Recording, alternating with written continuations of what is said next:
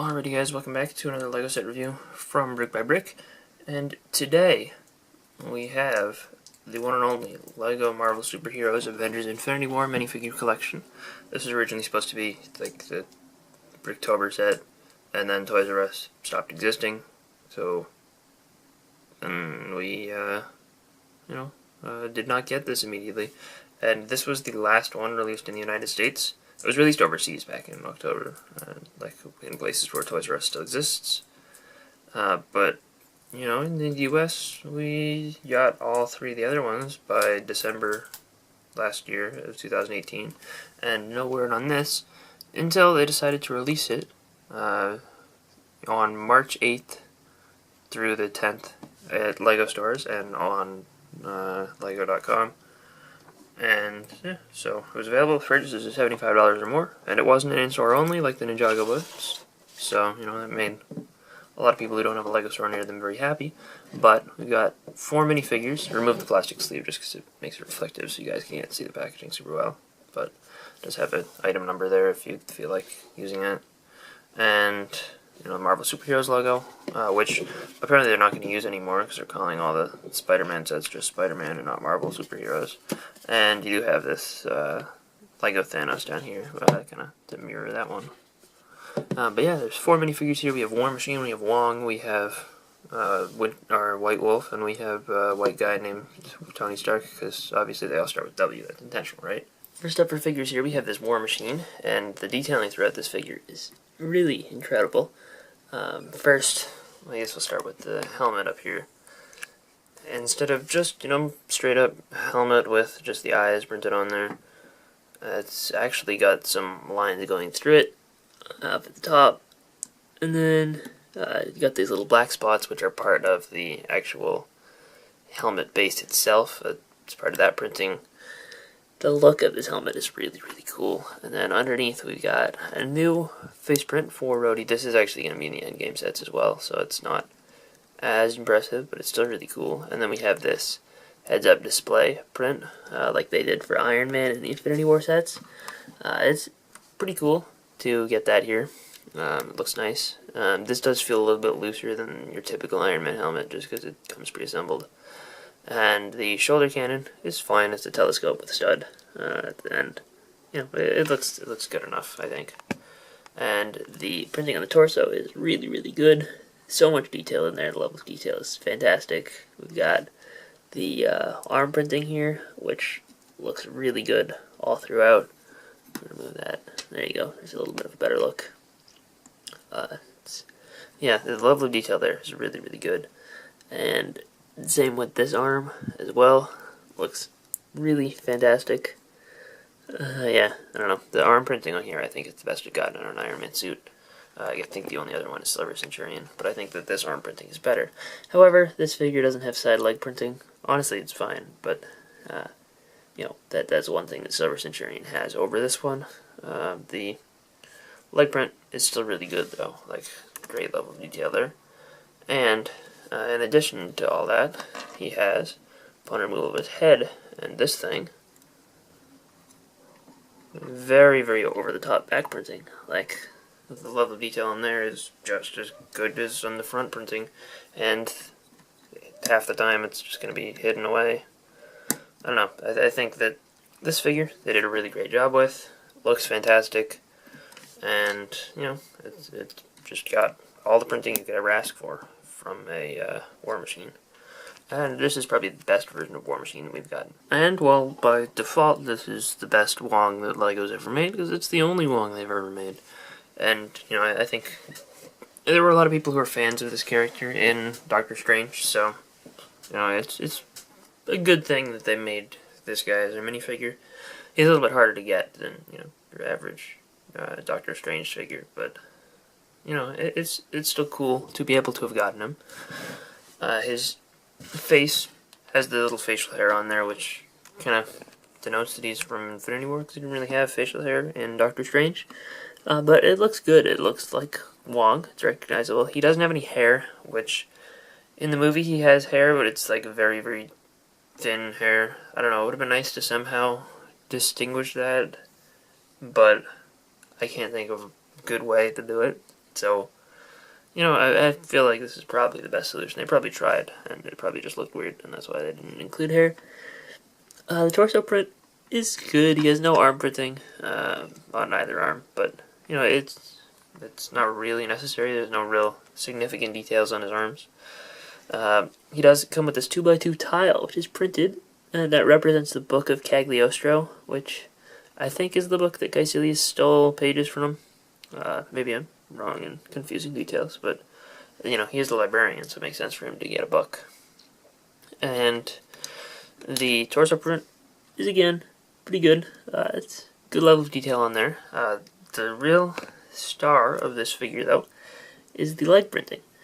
He, has pretty good printing on the front, and then he's got a little bit of printing on the side. His legs are dual molded, and the really cool thing is the other side. You got that super intricate pattern there. It looks really, really, really good. And, continues all the way around. And they do print the black. It lines up perfectly around the edges. Yeah, this figure is pretty good. He's probably the simplest looking at first glance of the four.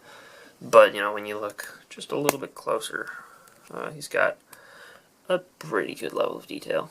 And White Guy Tony Stark continues our list of W-named characters in this Bricktober set. Kind of a stretch there. I mean, they could have gone with a Wakandan warrior or all sorts of other things, but no, White Guy Tony Stark, I guess.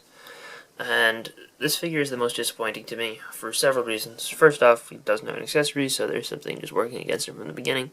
He does have really good arm printing, which, that's cool, and I like that. And the torso is really great with that little almost camouflage pattern representing his... this is the first you see of him in the trailer, I think. I don't know. It's from the beginning of the movie, when he's in the park. And he's got the arc reactor there that houses his nanotech suit. But, it's before he suits up, obviously. But it does look good, and the leg printing as well looks good. But they're missing one crucial detail. The face print on this side is good, but instead of a face with glasses, because he does wear the glasses during this scene, instead of that, we just get that worried expression. And mine here is a little bit off-registered, which you can see the bottom of the beard through there. I don't know. That's one of the most intrusive cases of that I've run into, where you can actually see the back of the head just the slightest bit, and it is off-registered to the side. But the face print is good, and I like this alternate facial print, but it needed the glasses. That was very important for them to get in there to complete the look of this outfit. But the detailing on the suit is still good, but I don't know. And the design of the head, I think, is one of the better Tony Stark head designs. I just really, really needed the glasses for this to work for me. And last but certainly not least, we have White Wolf, and this version of Bucky is pretty different from the previous ones. All the other ones have been in the Winter Soldier outfit to some extent. But this one, he's completely different. He's got the vibranium Wakandan arm, which has some good printing on there with the gold. It looks pretty good, and I think that came out really nicely. But other than that, he does not have any printing on his other arm. That's just plain, but he does have the gun holster on his leg, which looks really good. And you just have the gun as an accessory, which is simple, but it works just fine. And the gun holster print does a wrap around to the front of that leg. Looks pretty good. I like the torso printing on there. It's very distinct again from the other Winter Soldier variants that we've gotten. And he does have this alternate facial expression.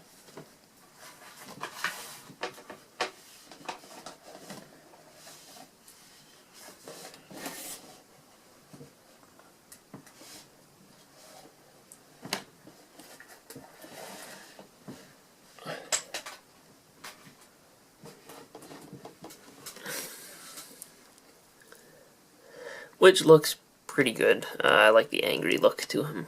It's it worked pretty well. I think that face might work better for me than this one.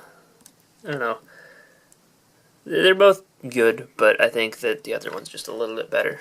But, overall, I think that this figure is really well done. Also, the legs are dual molded. I didn't mention that. But, you could see it pretty easily. But yeah, I mean, this figure's pretty nice, and it's very different from your standard Bucky. Overall, I think that, this Bricktober set is one of the best. I think the Ninjago one is better. Just objectively, I think more of the figures have more printing, more expressions, more accessories. So I think that still remains as my number one. But I think this one is a close second. The Harry Potter one, this is a way better level of detail than those figures. I think the only one in that set that actually, was Bricktober quality was the Umbridge figure. Bricktober 2018. I guess the 2017 Bricktober sets set a lower standard, but these ones have such a high standard throughout that I think that the only one of those that, was really, really good was Umbridge. Of these ones, I think all four of them are Bricktober 2018 quality, which, that's a good thing. I feel like Tony is the most disappointing, because not only have, I guess we haven't gotten that many Tony Starks, but, we have gotten a Tony Stark before. We've never gotten a Wong before, so, he gets an instant woohoo.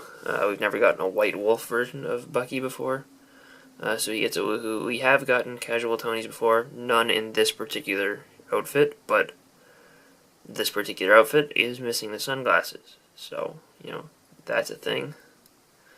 And the War Machine, we've got it in a similar one. It's not based on the same War Machine design, but we did get a similar one in the Civil War airport battle. But this one is just super duper detailed and definitely belongs here. So, all four of these figures are good. I did point out problems with the Tony Stark, but I don't hate him even, at this point. So, all of them are good. I would recommend it, definitely. I don't know if I'd recommend it for $40, which is what it's currently going for.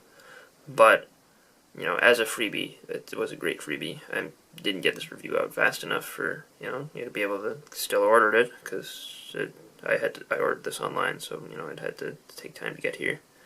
But I do think that all of these set a really good level of detail. I don't know if any of them live up to the level of detail of Silver Centurion, but all of them are still really good. So, hope you guys enjoyed this review. If you did, let me know in the comment section down below, and I will see you guys all next time. Bye, everyone.